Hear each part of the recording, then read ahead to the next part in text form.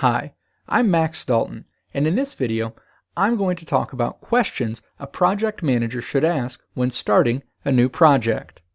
There is key information that is critical to gather within the first few weeks of working on a new project that will set the tone and drive the rest of the project.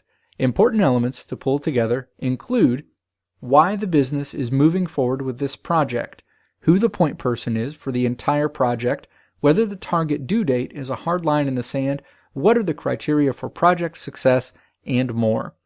This video gives an overview of all the key elements you'll need to gather to help you ensure your project gets off on the right foot. Does the business understand the value proposition? This is perhaps the most important question you can ask.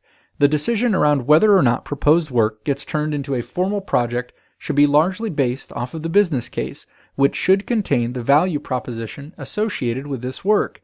As a project manager, if you can't find a business case, work through the channels available to you and see if you can find one to look at this information. If there is no business case, that is a red flag that the business may be preparing to engage in work that hasn't been clearly thought out, and there's the risk that the business may spend a lot of money but not get anything in return.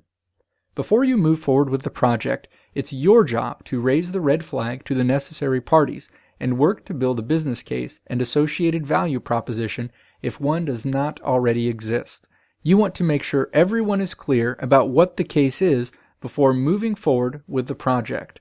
However, if the project is being driven from a much higher level, you may get pressure to forego creating a business case and to keep moving forward with the project.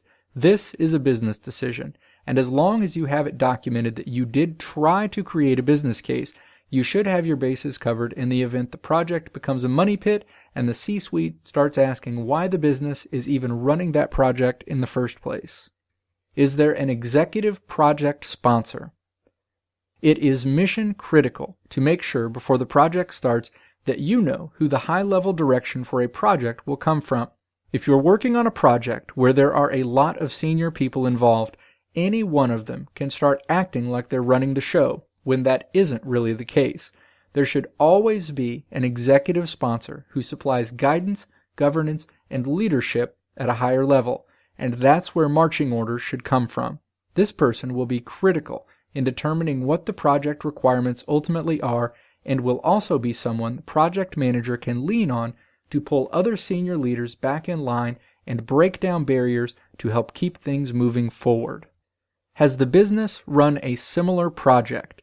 You need to ask around and see if the business has run a project similar to the project that you'll be working on before.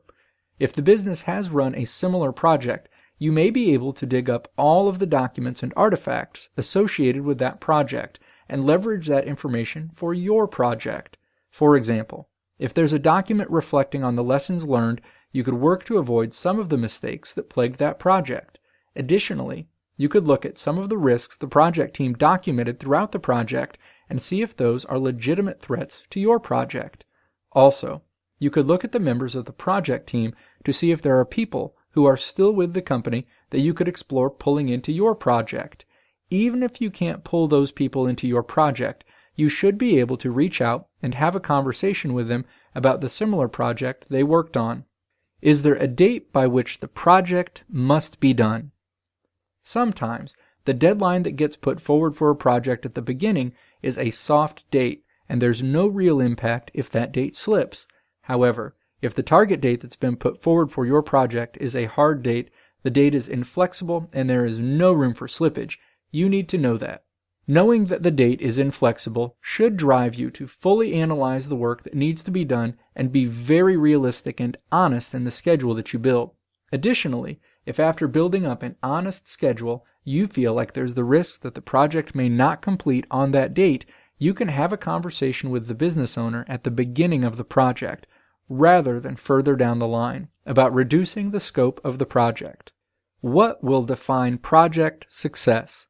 The definition of project success is another must-have going into a new project.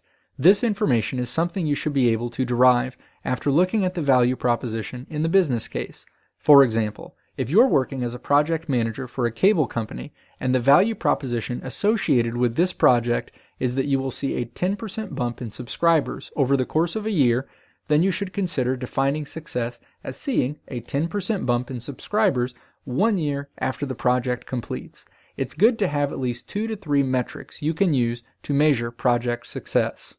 What skills will be needed on the project team? It's never too early to start thinking about who you'll want to include on a project team. Resources are very tight in some places, and everyone wants the best people on their team.